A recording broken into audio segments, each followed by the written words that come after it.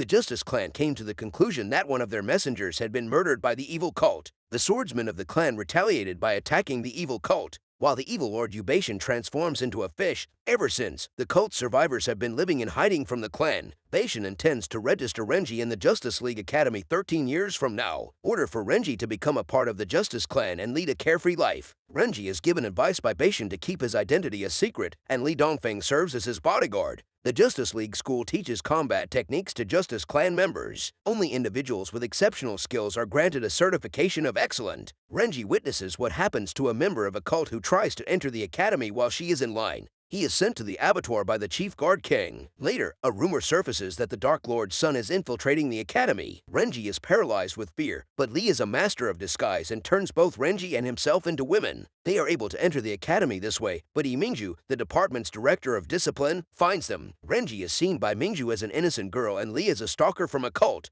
She makes an attempt to apprehend Lee, but a male clan disciple named Seiyan interrupts them, allowing Lee to flee. Mingju reprimands Seiyan for allowing Lee to flee. Renji provides Seiyan a belt as he asks for something to clean himself with. Seiyan, who wants to be friends with Renji, is impressed by this. He needs to use the restroom first, though. Mingju cheerfully joins Renji at the entry ceremony because she thinks that only female disciples can be accountable. On the way, she asks Renji if he knows anyone in the terrible cult, and she shows Renji a picture of him. The one thing Mingju doesn't know about the Dark Lord's son is his name. Yet despite this, she doesn't suspect Renji because of his disguise as a girl. The headmaster delivers a brief speech during the entrance ceremony. The disciples begin yelling about killing cult members after the speech. A puppet depicting the Dark Lord's son is also set ablaze. In a panic, he flees for his life, but he receives the Fate Ball and is asked to take the stage. Renji introduces himself to everyone and declares that he lacks a sector. Fortunately, says Mingju, everything is acceptable unless they are members of the terrible sect. Renji receives a wooden sculpture that represents 10 years of the headmaster's cultivation as payment for catching the Fate Ball. The cultivation is given to Renji by the headmistress. Renji realizes his breast implants have come off after suddenly feeling lighter. Everyone starts referring to him as a boy in disguise, but Mingju assists him once more and clarifies that Renji is simply a flat-chested girl. Mingju kisses Renji to support her claim that she would never have done so if he were a guy because she detests men. Renji is advised by Mingju not to deceive her because of all that she has done for him.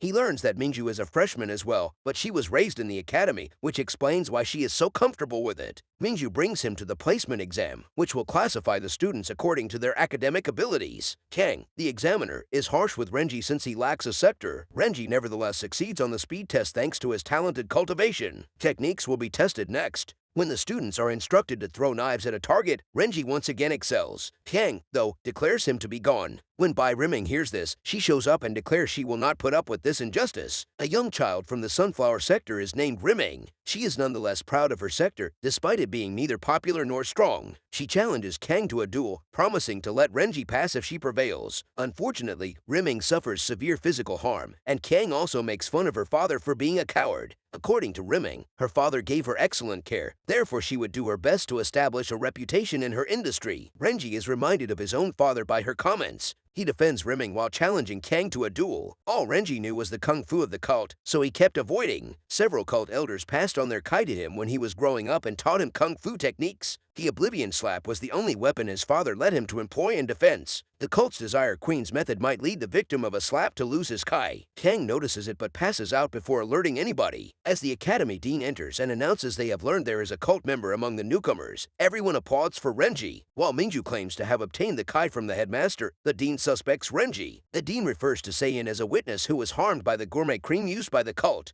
Renji understands that the sauce Lee gave him must have spilled over the belt he gave Seiyan. Lee comes in and starts fighting the Dean before they can discover the traitor, forcing him to follow Lee outside. The class section results are made public. Renji requests to be in the advanced class alongside Mingju but is instead placed in the class for troubled youth. The Problem Kids class is located in the remote corner of the Justice League Academy, which otherwise enjoys the reputation of being the best school. Yu approaches and informs everyone that they each have moral points that will be subtracted if they act inappropriately. If a disciple receives a 100-point deduction, they are dismissed. Yu explains the other disciples' ideas to him. Later, Yu informs Renji that since Renji assaulted the examiner, Renji has lost 100 points and is thus dismissed. When Seiyan and Riming attempt to halt it, they are also kicked out. Thankfully, Mingju saves the day once more. Renji should not be punished, claims Mingju, because he was compelled to strike the instructor, the only daughter of the head of the Martial League. Yu advises Mingju not to break the law. Mingju attends the issue class because she feels rules should be altered if they're wrong. Renji asks Yu a question that confused Yu. His question was if Rimming goes to the men's washroom to give Seiyin toilet paper, will her marks be deducted for breaking rules or added for helping others? When the headmaster arrives, he tells them that Yu will be teaching the problematic class in Kang's place since he is ill. Due to Mingju's inclusion, there was a problem with placing 3 females from the problematic class in twin rooms in the hostel. Renji enters the room and is utterly shocked to see that Mingju is aware that he is the Dark Lord's son. When Mingju was packing friendship dolls in Renji's baggage, she learns who he is. Renji persuades her that he has only come to obtain the certificate and has no malicious intent as she is ready to report to the academy. Mingju is powerless to reject Renji's adorable face. Mingju also doesn't want anyone to find out that she had a kiss with a male. Renji is cautioned by her, but she also threatens to slice him to pieces if he keeps anything from him. The shared single bed that they must now use is the only issue left.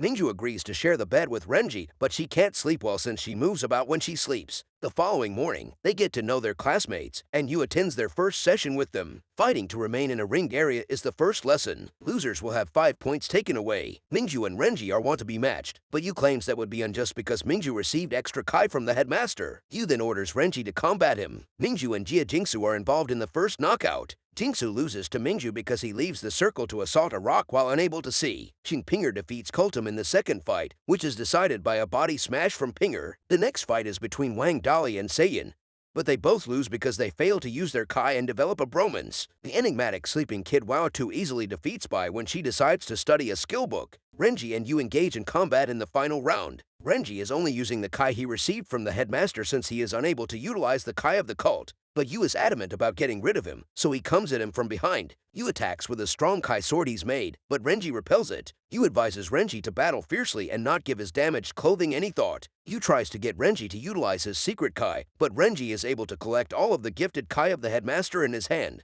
To win the battle, he knocks Yu out of the square. Yu's forced ingestion of Shaolin Kai resulted in him losing hair, which made the disciples all laugh out. They advance to congratulate Renji when all of a sudden his remaining clothing is ripped as well. Fortunately, Lee appears out of nowhere dressed as the female dorm leader and provides Renji with new clothing. He promises his followers that he will put an end to bullying. Without even bothering to ask who Lee is, Yu admits defeat and asks him to build him a wig. Renji and Lee may now both comfortably remain at the academy. Renji is cautioned by Yu not to return to his class. Someone is monitoring everything that is going on in the issue class in the meantime. Yu explains in the next lesson that at the midterm test, disciples with more than 30 bad points would be expelled. Also, he exposes them to a fresh face in the problematic class. It's Tang Tang, a stunning young lady. Tang Tang appears chilly and unfriendly despite Mingju and Rimeng's attempts to approach her. Ru is questioned by Tang Tang and Renji over the additional task to boost their score. It's a group activity, but Renji is willing to undertake it. Meanwhile, his classmates is sus on Tang Tang to be a cult disciple. Everyone is informed by saying that Tang Tang must be wicked because Tang Tang's leader attempted to join forces with the evil cult in the past. Yet Renji attempts to convince them Tang Tang hasn't done anything terrible. Tang Tang doesn't react to any of them and goes away. The disciples are informed by Mingju that the issue class is frequently despised by other classes since it is difficult for us to obtain the certification. All of the disciples scramble to complete missions as soon as they hear this. The mission was to reap 10 plots of rice fields by sunset. But while others continue to play, only Tang Tang, Mingju, and Renji are working. No one will score any points in this manner. Tang Tang harvests with a cart. Renji provides additional carts as a gesture of goodwill and in order to accomplish the assignment on time. While they anticipated receiving 10, each of them will only receive 1 point for this activity. Renji urges Tang Tang to participate in additional missions with him so they can get more points after Seiyin apologizes to Tang Tang for misinterpreting her. The girls and lads must split off and clean the bathhouse nude for the following task, though, while Pinger puts on the water and they decide to take a bath first.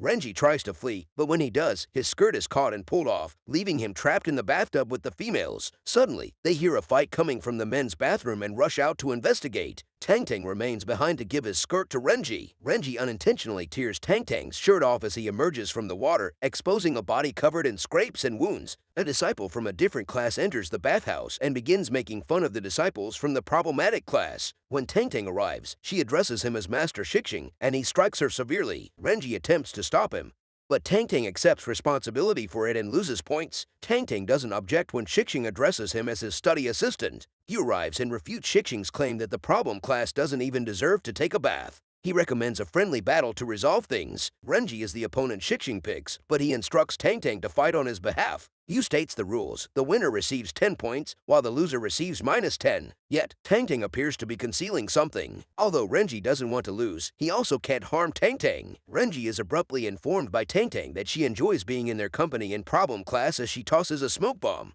When Tang Tang is discovered asleep in Yenji's arms after the smoke clears, Yenji is proclaimed the winner by Yu. Shixing jumps up and gestures at Renji while claiming to have evidence that she is a cult follower. Everyone is informed by Shixing that he has known Tang Tang for 10 years. She didn't communicate with anybody in Green City, but now she is antagonistic against Shixing. Tang Tang becoming close to Renji indicates that they are in a cult-like relationship. He displays a hairpin that belonged to the cult's Queen of Desire despite the disciples' disbelief. In order to avoid punishment, Tang Tang's parents committed suicide, leaving their 3-year-old daughter behind to grasp onto this hairpin. Yu is aware of it. Tang Tang's mother and the lust queen of the cult were sisters. That is how Tang Tang received the pin. Yu takes charge of the situation and issues a warning to Shixing not to mistreat his students once more. He continues to think that a cult follower cannot enroll at the academy. The new issue is that Tang Tang's status as the daughter of a cult member makes class disciples reluctant to accept her. As Renji hears this, Tang Tang flees, and he follows. He encounters Lee along the way, who affirms that the Dark Lord was aware of Tang Tang's parents as well since they were like a fantasy the Dark Lord could never fulfill. Lee clarifies to Yenji that Tang Tang's parents were not followers of a cult. Until they committed suicide, the Dark Lord simply kept inviting them to join the cult. Once Lee has left, Mingju locates Renji. He devises a strategy since he is unable to simply tell people everything. Tang Tang opposes Shixing's request to pose as the cult disciple in front of one of the issue class males since she sees them as friends. Shixing beats her, but Renji shows up dressed as the Dark Lord's son and claims to be him. Shixing is severely beaten by him, but Tang Tang begins to assault him since she believes the cult has destroyed her family. Tang Tang is brought to the heart of the academy by Renji. To get everyone's attention,